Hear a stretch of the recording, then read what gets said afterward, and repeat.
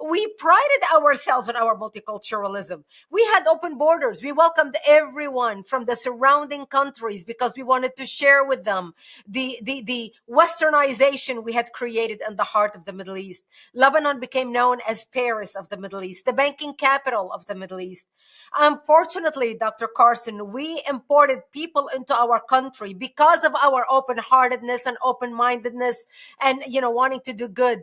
We imported refugees into our country who did not share our values. The Palestinian refugees, Lebanon was the only country to accept the third wave of Palestinian refugees that none of the Arabic countries wanted them. We took them in. Once they came in, they put their heads together with the Muslims in Lebanon and started fighting the Christians. Is that the reason that so many other countries are reluctant to accept Palestinian refugees? Yes. I mean, look, they see what they have done to Lebanon. They see what they tried to do in Jordan.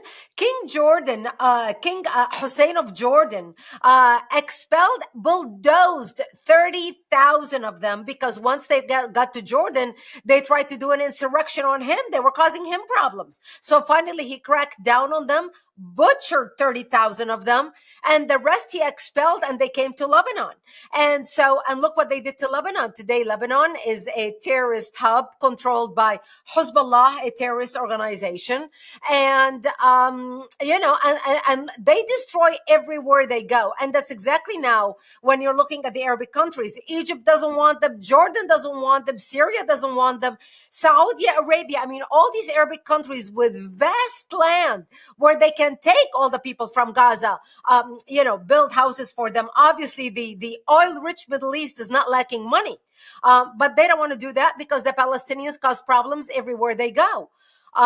My 9/11 happened to me in 1975 when Palestinian radical Islamists, just like Hamas, blew up my home, bringing it down, burying me under the rubble, wounded. I ended up in a hospital for 2.5 months and later ended up living in a bomb shelter underground in an 8x10 room without electricity, without water, and very little food.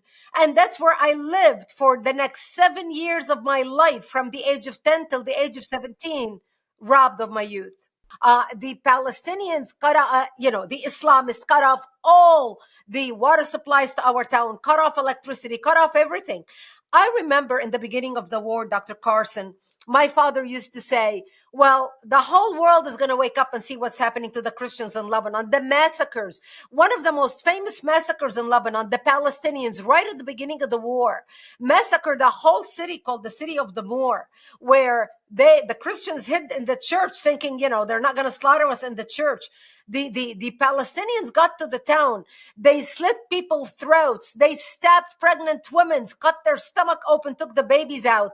They crucified Christian men on the crosses. They would cut their private parts and stick it in their mouth. They did then what Hamas did to Israel, to Israelis on October 7th. Nothing has changed.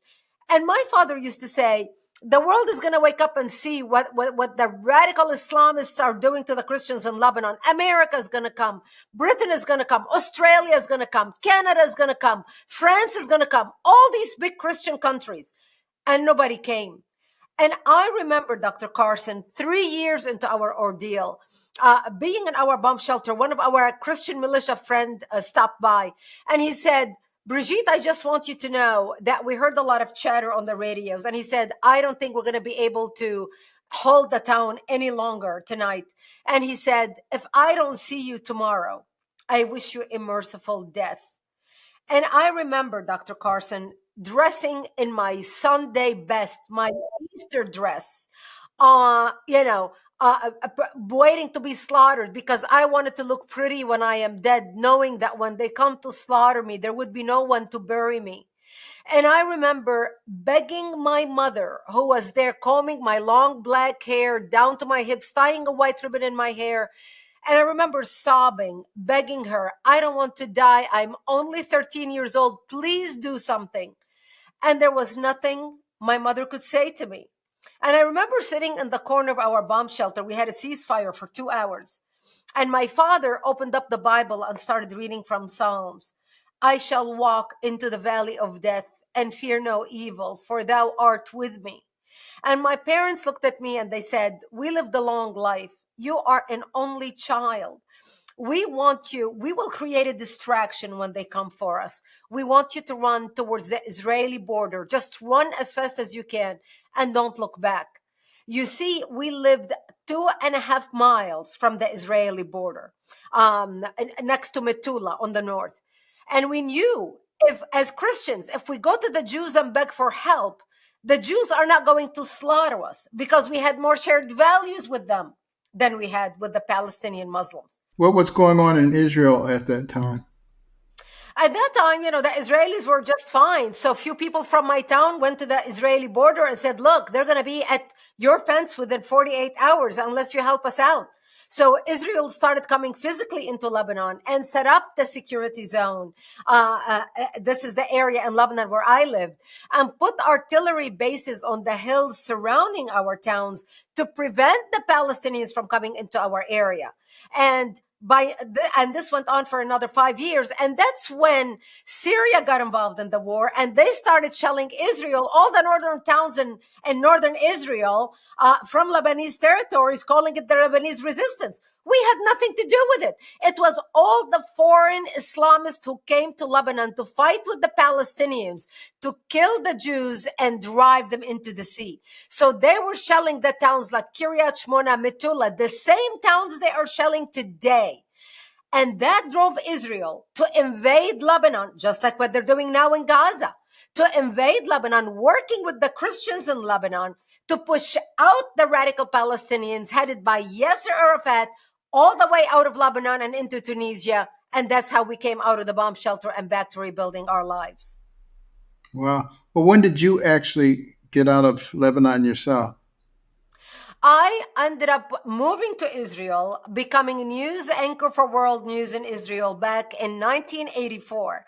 And I worked in Israel from 1984 till 1989, working as news anchor for World News in the Middle East, watched all over the Middle East every single night.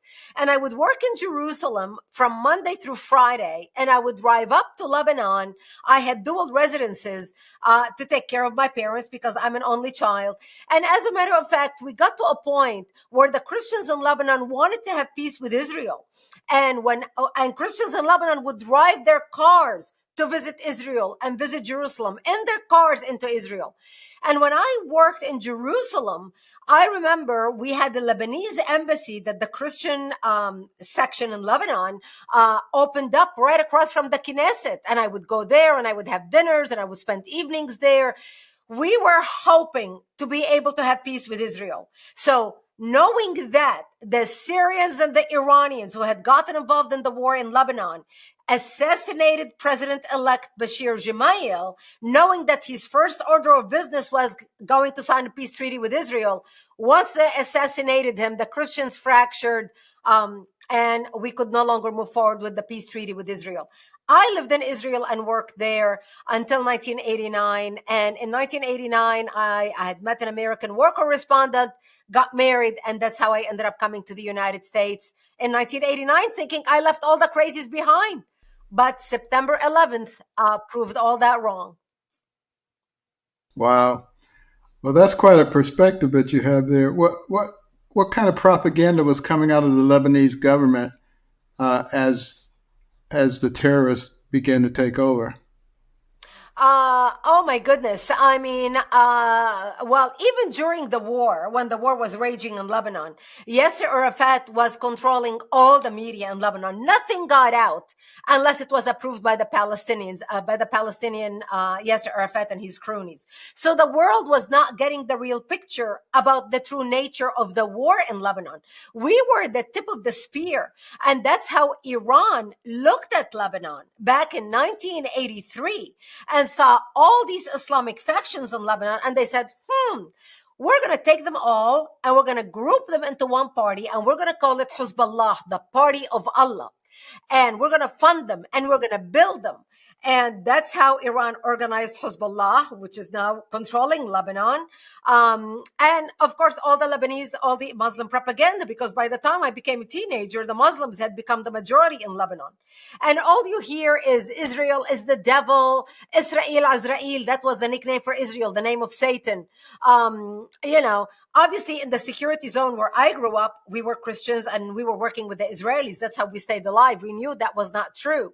But when you talk to Lebanese children today, after 20 years of brainwashing by Hezbollah, Hezbollah has completely brainwashed Lebanese to think that Israelis are basically demons. They need to be killed. They need to be destroyed. And this is the same level of propaganda that is now perpetrated all throughout the Middle East. There are now cartoons in Arabic, Mickey Mouse, the Mickey Mouse Club in Arabic, that encourages Palestinian children to blow themselves up to kill Jews. This is like an honorable thing to do. They have painted the Jews as absolute monsters that need to be killed. Wow. I mean, you really bring it to life. It's so awful. And I don't think most Americans had any idea what's really going on over there because of the way the coverage was done. That's right. And not only that, Dr. Carson, not only they do not know the details, they don't even know the history. Our own young children in America today, all these nitwits demonstrating on the streets in New York and Los Angeles and everywhere around, free Gaza, free Gaza. Look, Israel withdrew out of Gaza in 2005. Every last shoulder. Actually, their settlers, their people there didn't even want to leave. The Israeli army went against its own people, dragging people out, kicking and screaming. Not only they dragged their own people out of Gaza, but Israel dug out the tombs of Israelis who were buried in Gaza because they knew what the Palestinians are going to do. They're going to desecrate the cemeteries. So Israel dug out the dead, took with them the bones of Israelis dead in Gaza. So by 2005, by the end of 2005, there wasn't even any Israelis in Gaza, dead or alive. Israel handed Gaza to the Palestinian, complete sovereignty, complete control, completely independent, and said, okay, here it is. You have industry. By the time Israel left Gaza, the Israelis were exporting 50 million flowers. In 2004, 50 million flowers were exported out of Gaza to the world. Tomatoes, peppers, vegetables. The Israelis had turned Gaza into an oasis. So they left the Palestinians all the greenhouses. I know I know a Jewish gentleman, very lefty, in New York, who raised $14 million and gave it to the Palestinians because he wanted the Palestinians to start a new life with money already, with base capital to operate the greenhouses. And what did the Palestinians do? Dr. Carson, within 24 hours, they burned 126 synagogues, destroyed the greenhouses, and even stole the copper out of the faucets in the greenhouses. These people shoot themselves in the foot time and again and again and again. Because they're driven by hate. And hate overrides logic and common sense. That's right. And that's exactly why I named my first book, Because They Hate. A Survivor of Islamic Terror Warns America. And I encourage people, if you have not read that book, it sold over 1 million copies. It's a New York Times bestseller. You have to read that book in order for you to understand what's happening in the Middle East now and how that affects us here in the United States. I'm just wondering what happened to Gaza. I mean, they had reasonable rule compared to what they have with Hamas. How did the people get snookered into putting Hamas in charge? Look, Hamas is the Palestinians in Gaza. Hamas is not some isolated virus that flew through the breeze and somehow latched on some tree in Gaza. When the Palestinians held the first election in 2006 after Israel withdrew, remember, they gave them the territory. They said, here it is. The world gave them money. They poured money into them. Israel took out their debt, and they told the Palestinians, okay, here you go. Now you can govern yourselves. So the Palestinian held an election. One of the first cabinet members that ran for election and won was a woman by the name Nidal, the mother of the resistance. And she got her nickname because she did a video with 3 of her sons strapped. She was helping them dressed with their suicide vest to go blow themselves up as suicide bombers at Israel. And they did, and they died. And she was celebrated as a hero in Gaza. She ran on the platform as, I gave 3 sons to die. I have another 7 to give. That's why she was elected. Those are the Palestinians that elected Hamas. That is the face of Hamas. Somehow in our mind, when we think Hamas, we're thinking ISIS. We're thinking these guys, wrapped with things around their heads, running around with dresses over pants in the desert. This is our idea of a terrorist. We're not thinking of a mother who dressed her 3 sons in a suicide vest, sent them to blow themselves up, had a wedding, handing out candy when she got the news of their death, and then she ran on the platform of, I have another 7 to kill. Because we in the West don't think like that. Our brain doesn't operate like that. We value life. I would die 1,000,000 times before anybody touches a hair on my children's head. I will give up my life to protect a hair on my grandchildren's head. They don't think about it that way. And that's exactly why now the heads of Hamas are coming and giving interviews saying, hey, Russia gave 20 million people for their liberty. The Chinese gave 70 million people to have their liberty. We can sacrifice our millions, talking about the millions of innocents who are now in Gaza, when asked about, why you're not letting people escape Gaza. And he's talking about, this is a price of war. I mean, collateral damage, and there will be collateral damage, and people are going to die, but that's the price of resistance. They have no value for life.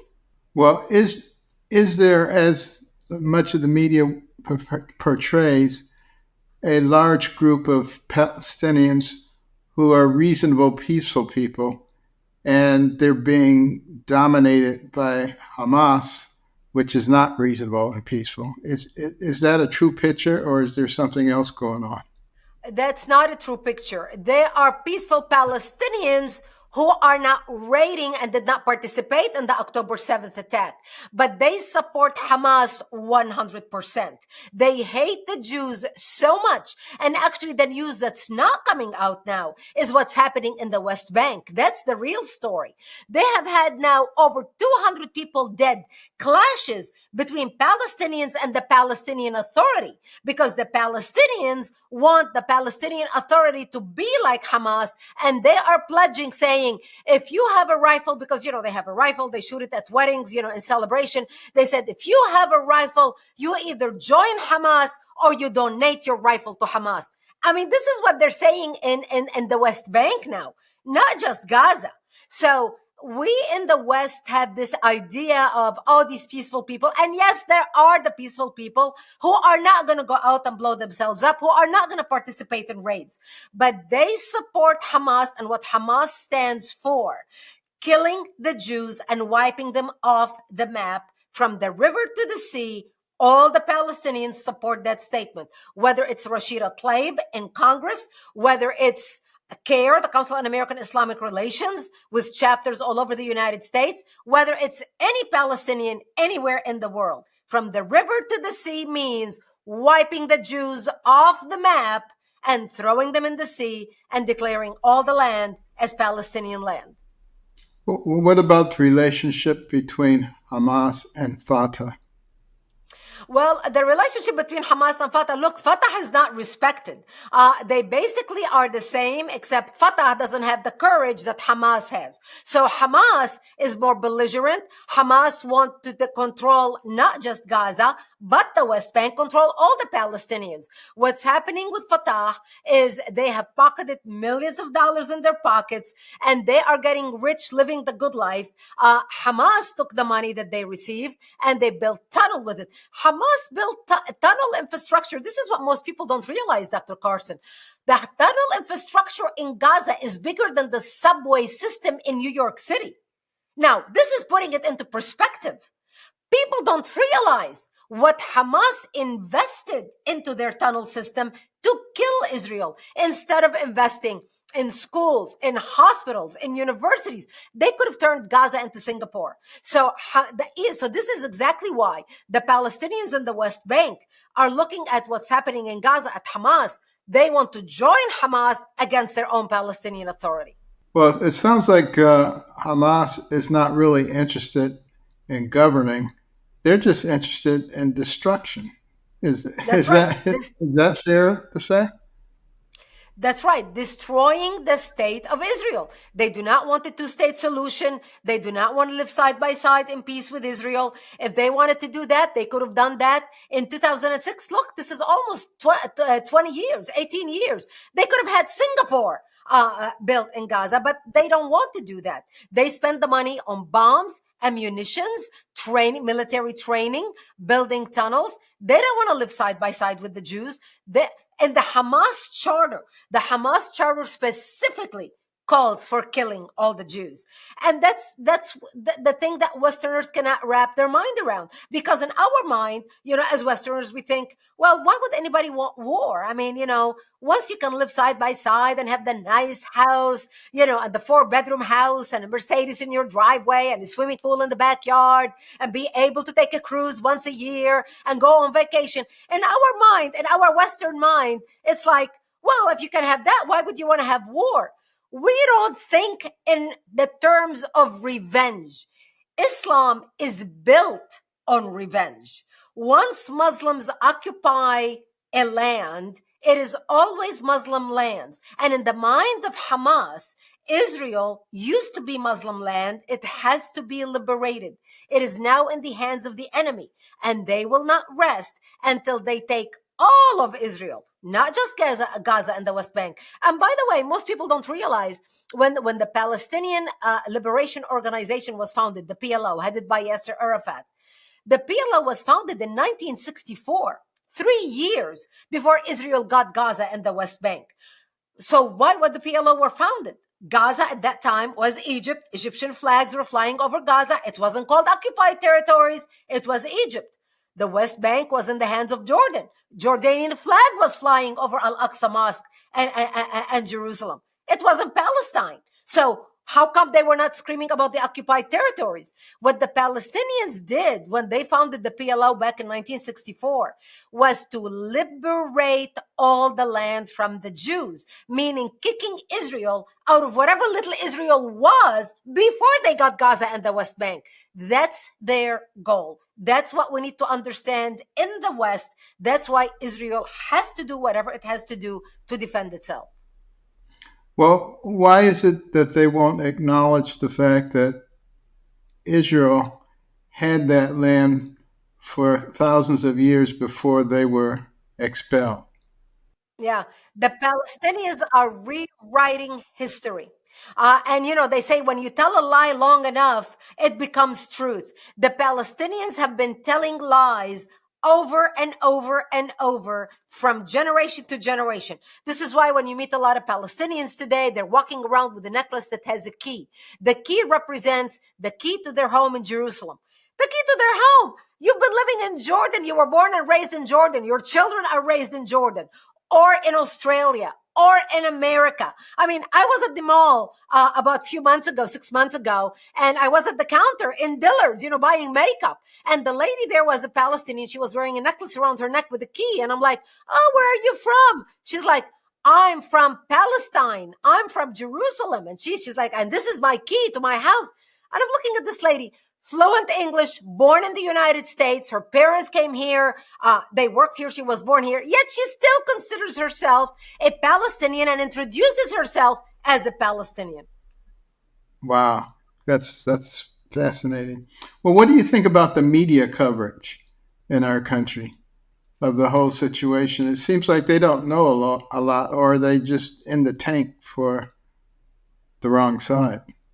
The media is in the tank for the wrong side, Dr. Carson. You and I know this. I mean, look how they came after you, attacking me, attacking any conservative, attacking anybody to the right. The media has been brainwashed. And, in my book, titled Because They Hate, I discuss how the brainwashing started happening at the university, brainwashing our students who are today the news anchor, the news reporters. And it all started back in the 60s when we introduced the Title VI program. And we introduced Title VI program after World War II to help American students who wanted to study about foreign governments and worldviews, in order for those who want to get into the diplomatic field so they can be very well equipped to represent America. So we introduced the Title VI program. What happened with the oil wealth is they are using the Title VI program to fund universities with the oil-rich Middle East to set up Middle East study departments and political science departments and appointing Arab professors who are anti-Israel and anti-America to brainwash the students. So all these students graduating for the last 20 years out of our universities, 20-year plus, who have been fed a steady diet of hate and resentment against Israel, against America, are today the bureau chiefs, the news anchors, the news reporters, the news writers, the producers. And this is why you are getting such skewed ideas of world policy, world events. They have rewritten history. And so when you watch the media today, not only they are complicit in what's happening. I mean, look, they had Palestinians embedded with Hamas, shooting the videos. Now, I firmly believe that they did not know about it ahead of time because, the Palestinians are not going to send the word to the New York Times or to the BBC saying, look, there's going to be an operation tomorrow and we're going to invade Israel. So that's why the pictures only started coming out after they were shooting it. But even the journalists on the ground in the Middle East, especially in Arabic countries, are basically members of whatever political party they are covering.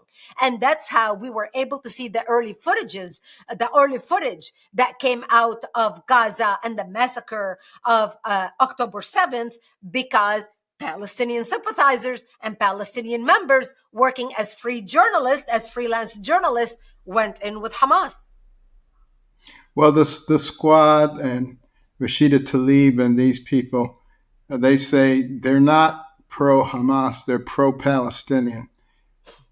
What's the difference? If they are pro-Palestinians, how come she has not been screaming about all the money that Hamas received, and yet they have not built one school? They have not built one bomb shelter to protect their civilians in case they get into bombing with Israel. They have not built any technology. All the money millions of dollars went into building tunnels. Rashida Tlaib should be livid with the Palestinian, with Hamas, who stole that money instead of improving Palestinian lives into making them live in squalor. If they live in squalor in Gaza, it's not because the world did not give them money. It's not because UNICEF did not offer them assistance. It's not because the United Nations did not stand for them. If they live in squalor, it's because their own leaders have become mega millionaires and billionaires living in Europe in major villas and also in the Arabic world, while their people are living in squalor because they have no respect and no value for their own people. Wow. Well, tell me, are you in favor of the call for a ceasefire? No. Absolutely not. The ceasefire is only going to help Hamas, not Israel. They need to let Israel finish the job and do what they are doing. Can you imagine if people demonstrated across the globe right after September 11th telling the United States, you need to stop bombing Afghanistan, we need a ceasefire? I mean, who are we or anybody else to tell Israel what to do? I mean, Remember when Prince Bandar bin Talal, the Saudi prince, gave Giuliani $10 million right after September 11th to help, with whatever. And Rudy Giuliani told him, you can take it and shove it where the sun doesn't shine. You don't tell us how we conduct our foreign policy, because Prince Bandar bin Talal was telling Giuliani, well, September 11th happened because of America's policy towards the Middle East and specifically towards Israel. I mean, who are we to tell Israel whether they should be a ceasefire or not? I think Blinken, I think Biden are over their heads. They have no idea what they're talking about.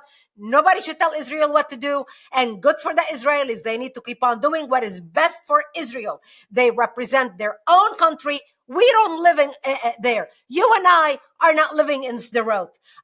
Biden is not living in Sderot or in any area or in Tel Aviv or in Metula or in Kiryat Shmona. So when you're not living in Israel, you have no right to tell the people who are defending themselves how, where, and when they can defend themselves and what they need to do to protect their population. Absolutely. And Israel's being demonized by so many people. I would love to see them just say, what is your solution if we want to preserve the Israel state and the Israeli people and keep them safe? What is your alternative solution? Because they don't have an alternative solution. No, their alternative solution is kill the Jews. That is disturbing and scary, Dr. Carson, because this is a fight against Iran. Hezbollah would be nothing and Hamas would be nothing without Iran. Iran funded the whole operation of Hamas in Gaza.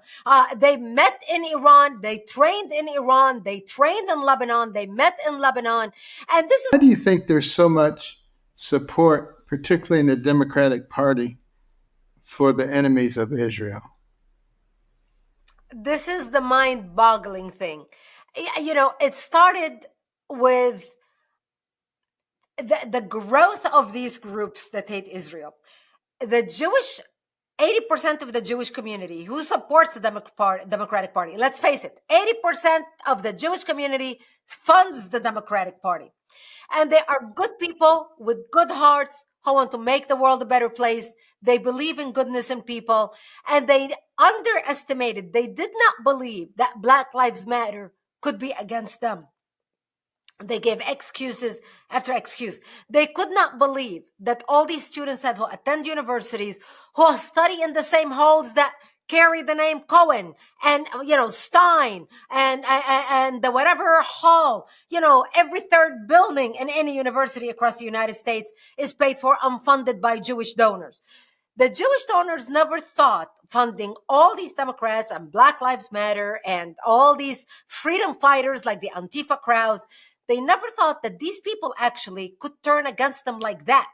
And the true friends of Israel who are standing with Israel are basically the groups that the leftist Jewish segment in our society detested. People like you and I, the Christians, the conservative, they called us right-wingers, white supremacists, homophobe, xenophobe. If we wanted secure borders, they called us anti-brown people.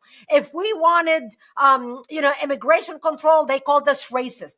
They slapped a label on anybody. I mean, look what the Southern Poverty Law Center did to you, did to me.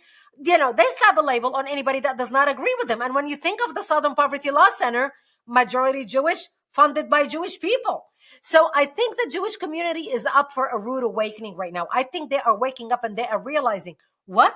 Black Lives Matter is marching with the Palestinians, saying from the river to the sea, Palestine should be free, Gaza should be free. They posted on their Facebook the logo of a paraglider coming into Israel to commit the massacre on October 7th.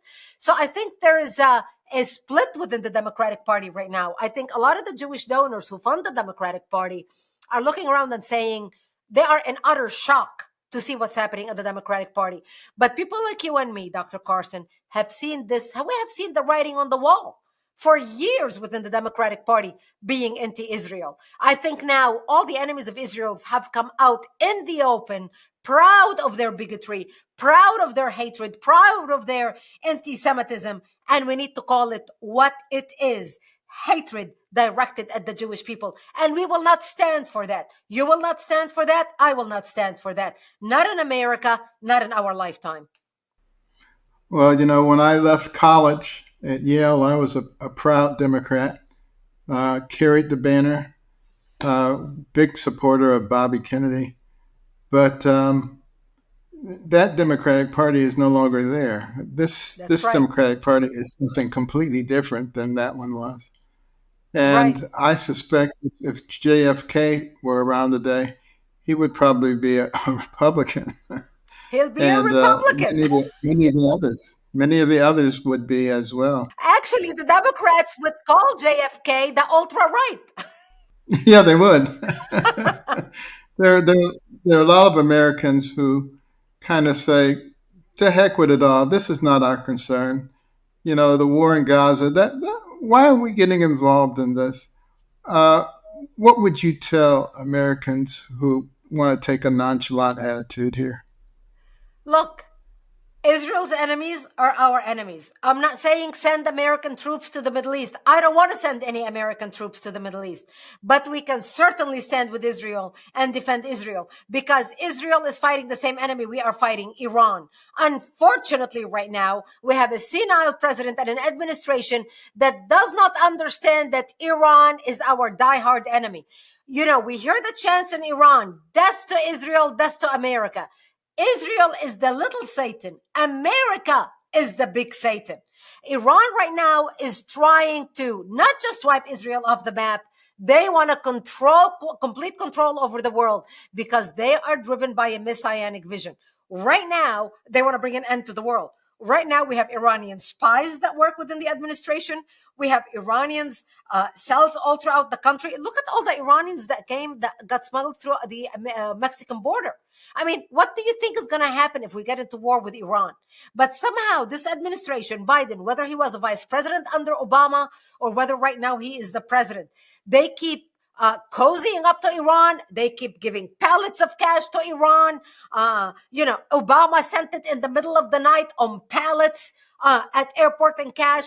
Biden wires them $6 billion. I mean, how can we allow this to happen? We are underestimating the enemy, but the enemy is here.